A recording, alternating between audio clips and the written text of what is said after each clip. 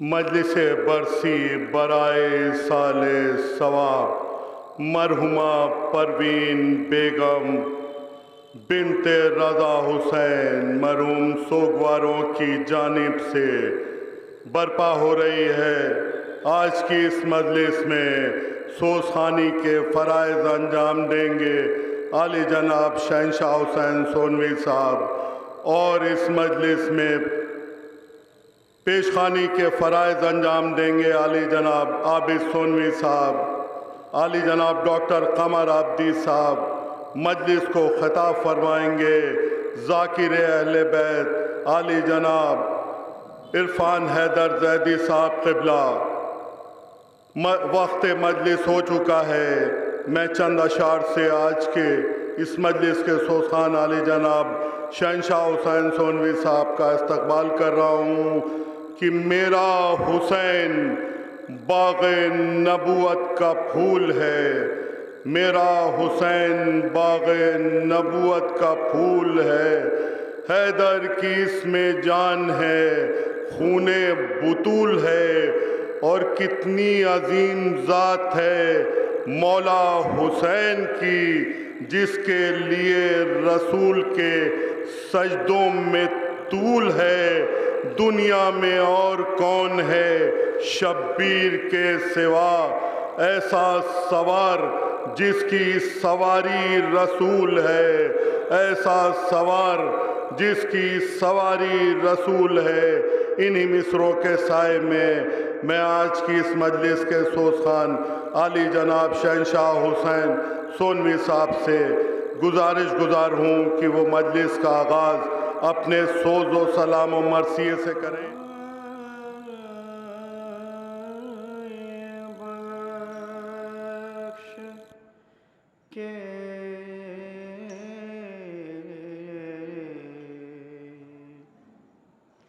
ذی تیرا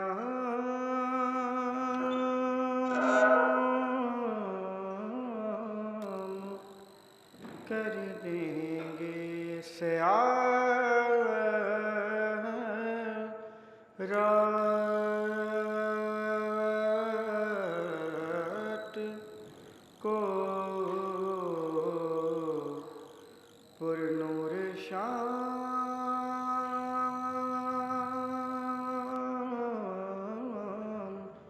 کر دیں گے سیاہ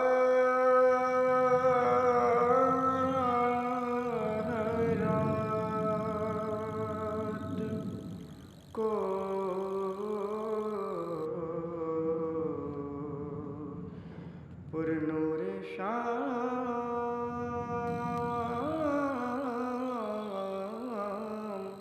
کر دیں گے۔ تمام رات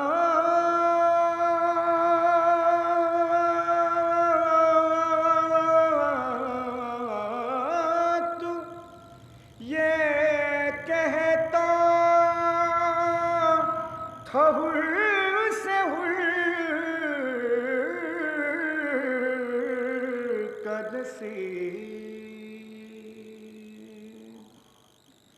تمام رات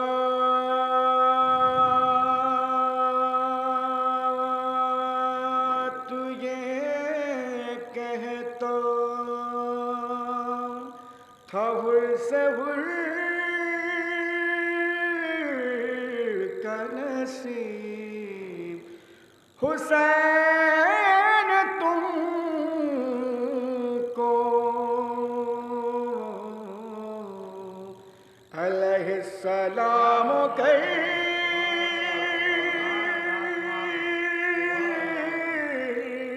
دیں گے۔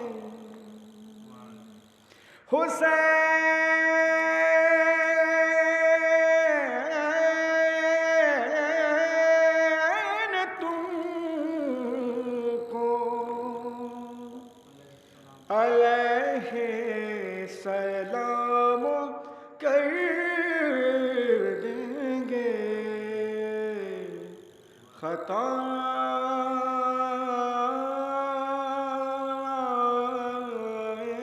بخش کہ احترام کر دیں گے.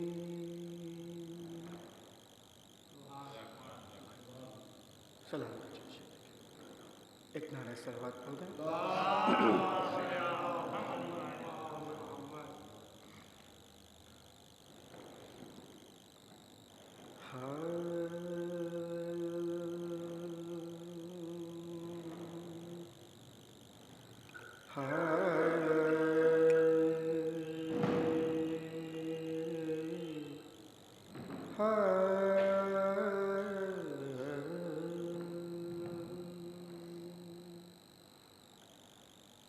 سوزے چراغ حیرت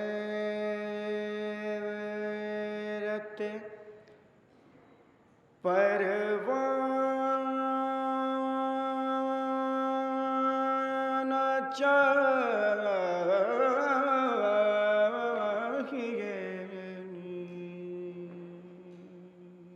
سلام خاص دیکھیں بھائی. سوزے چراغ حیرت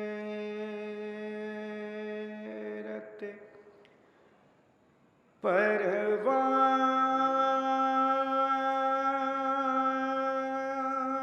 چاہیے.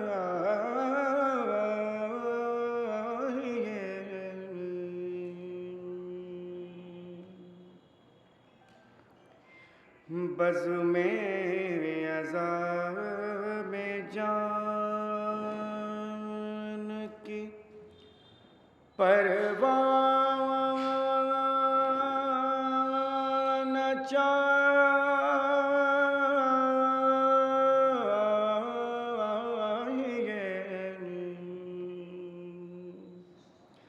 ہر سانس محو ماتم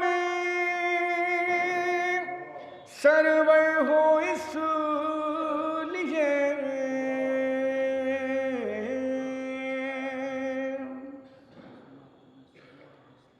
ہر سانس میں وہ ماتم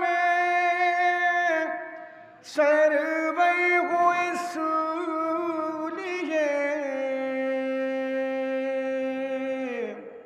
مومن کے دل میں ایک عزاخانہ چاہیے.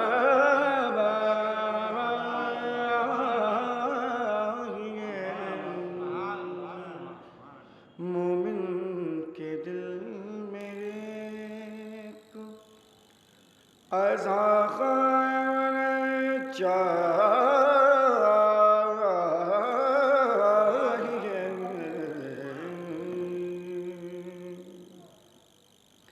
ہر پھول کہہ رہا ہے یہ اپنی زبان سے.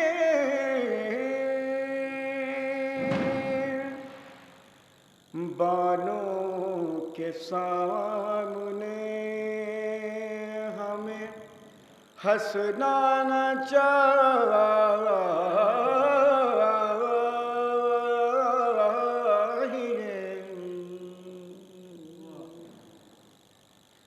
اگر راہ چھین لے بینا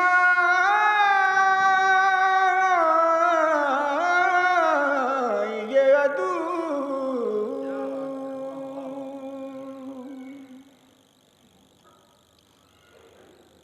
اگر راہ چھین لے بینا یہ عدو. زہرا کی بیٹیوں کا تماشا نہ چاہیے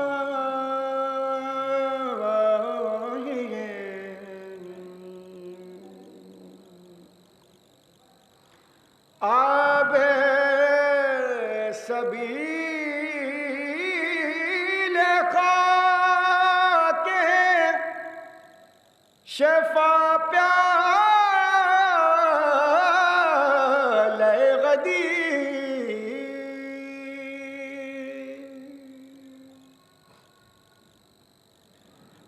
آب سبیل خاک شفا پیالہ غدیر مل جائیں یہ تو نسخہ عیسیٰ نہ چاہیے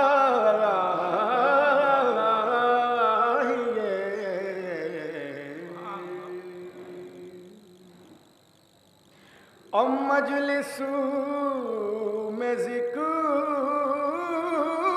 سجدہ ہو سجدوں میں ذکر شاہ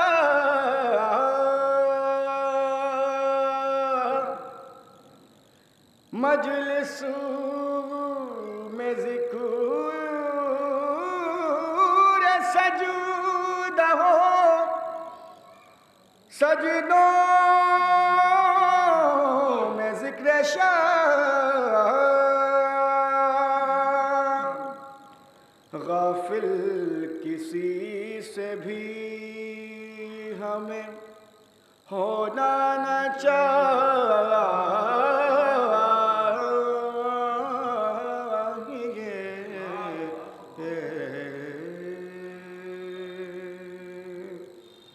غافل کسی سے بھی ہمیں ہونا نہ چاہیے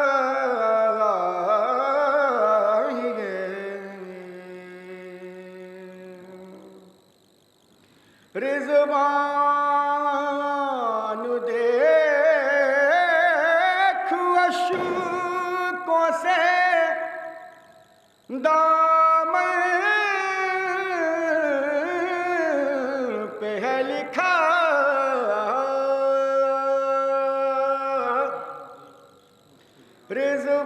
رضوان دیکھ اشکوں سے دامن پہ ہے لکھا گر تجھ کو باغ خلد کا پروانہ چاہیے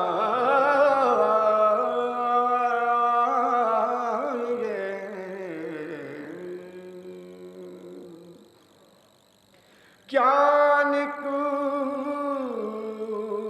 ہر زبان سے لبیک یا حسین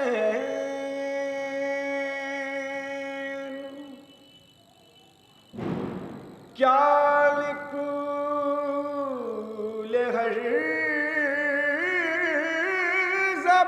زبان سے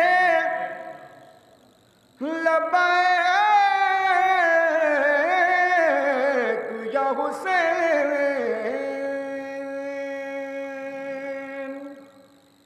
میسم کی طرح جرت رندہ نہ چاہیے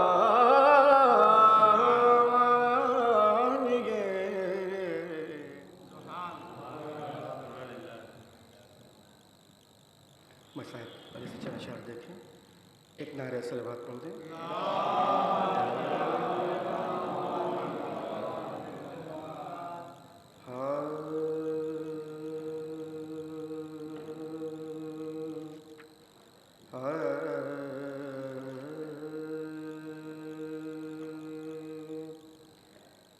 ضیاء خون شہیداں کی دلکشی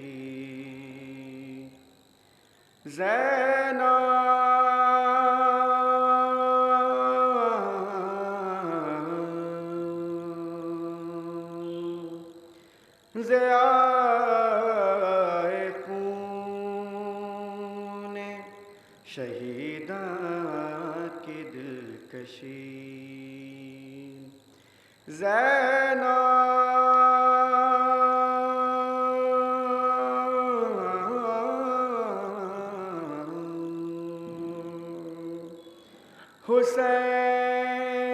حسینیت کے چراغوں کی روشنی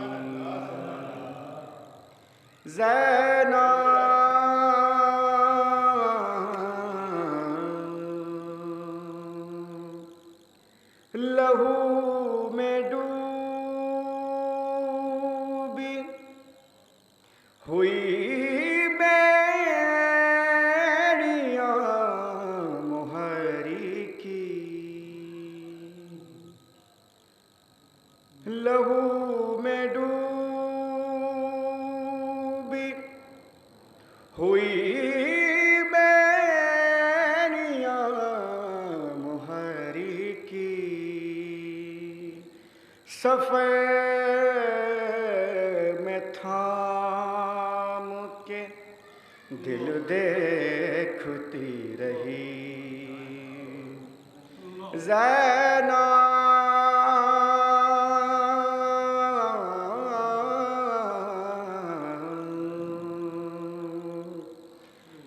عقل مگویوں کی مانند بے وفا سورج عقل مگویوں کی مانند بے وفا سورج ہجوم عام میں ہے سر کھلے ہوئی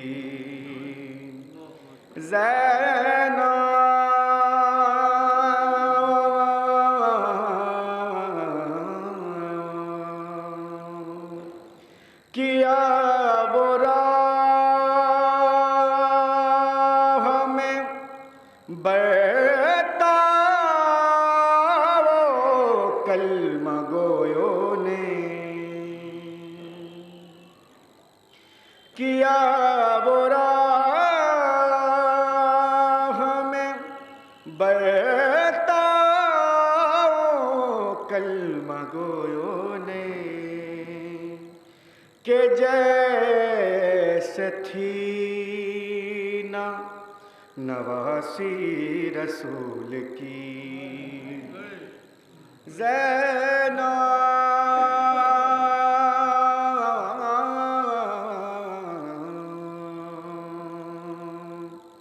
حسین چور تھے زخموں سے پھر بھی اٹھ بیٹھے حسین چور تھے زخموں سے پھر بھی اٹھ بیٹھے اور کہا جو شمر نے خیمے سے آ گئی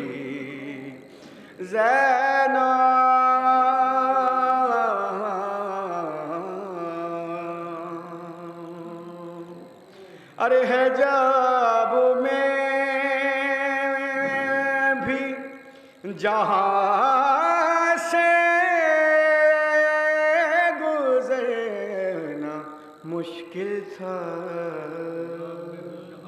حجاب میں بھی جہاں سے گزرنا مشکل مشکل تھا، ارے وہاں پہ کیسے کھلے سر کھڑی رہی زینب،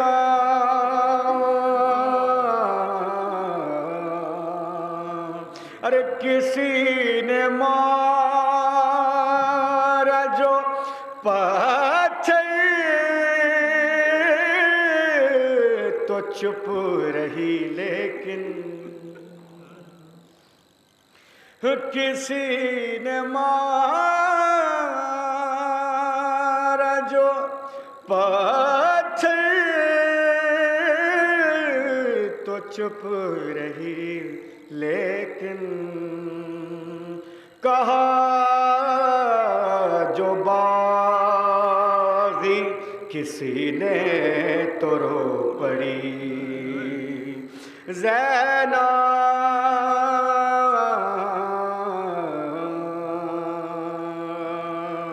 ارے کہا جو باغی کسی نے تو رو پڑی زینب،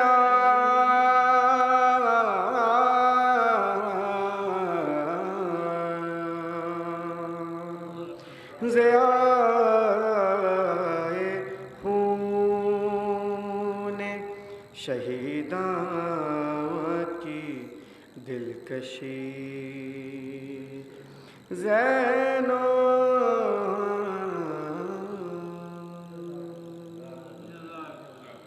فاتحہ۔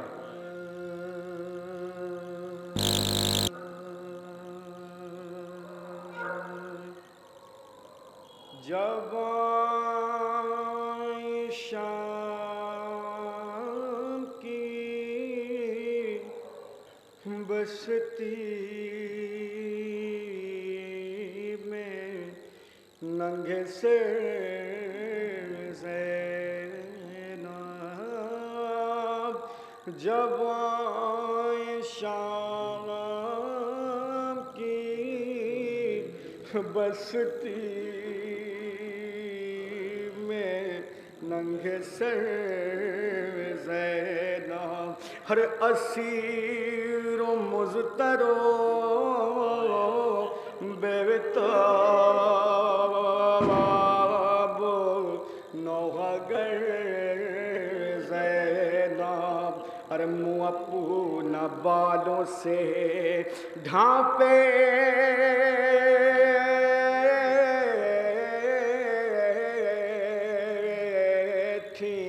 اونٹ پر زینب، یہ رو کے کہتی تھی ہر دم با چشم تر زینب، ارے بہن حسین کی میں فاطمہ کی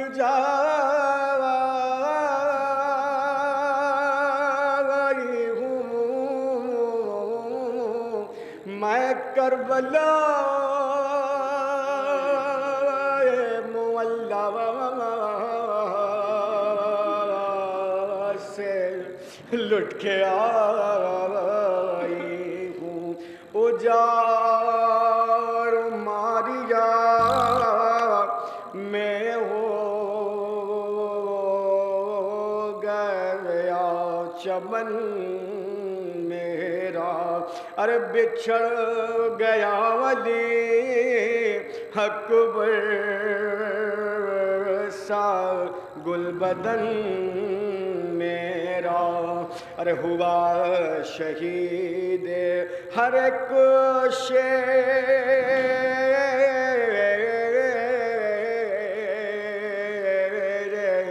سب شکن میرا، ارے پڑا ہے بھائی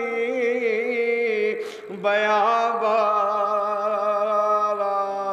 میں بے کفن میرا، ارے نبی کی آل کو اہل جفا نے لوٹا لیا ارے ہمارے کنبے کو رن میں قضا نے لوٹ لیا ہمارے پیاروں کو مہمان بلا کے مارا ہے علی کے لال کا خنجر سے سر اتارا ہے ہر ایک شہید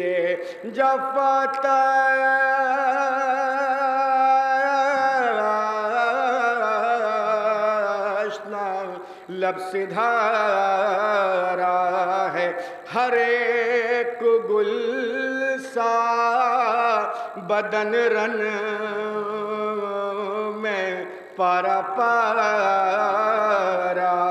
ہے ارے چمن پہ فاطمہ کہ آ گئی خزاں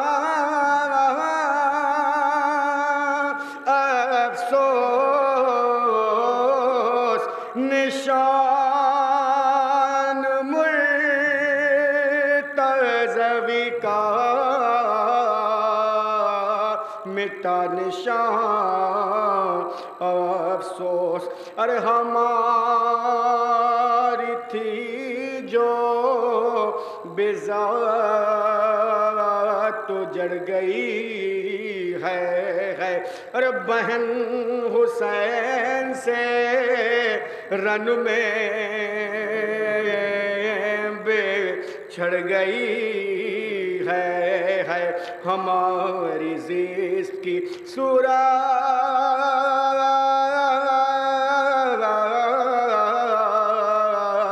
بگڑ گئی ہے ایک اور تازہ مصیبت یہ پڑ گئی ہے ارے بندھے ہاتھ منہ اپنا چھپا نہیں سکتی یہ حکم ہے کہ زباں بھی ہلا نہیں سکتی ارے سوار اونٹ پہ ہیں اور ردا نہیں سر پر ارے چھپائے رہتے ہیں بالوں سے منہ کو شام و سحر ارے گزرتے ہیں غم فاقوں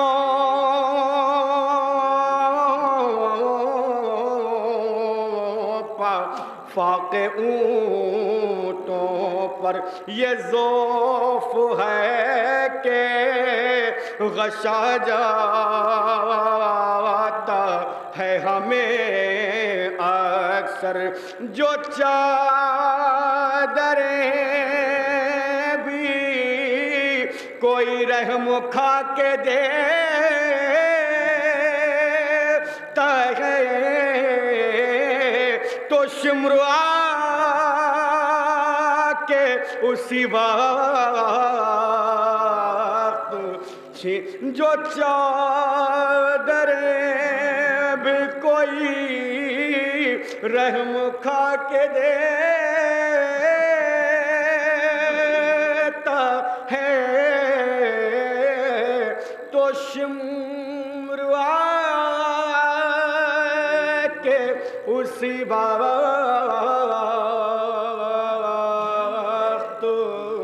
چھین لیتا ہے جب شام کی بستی میں ننگے سے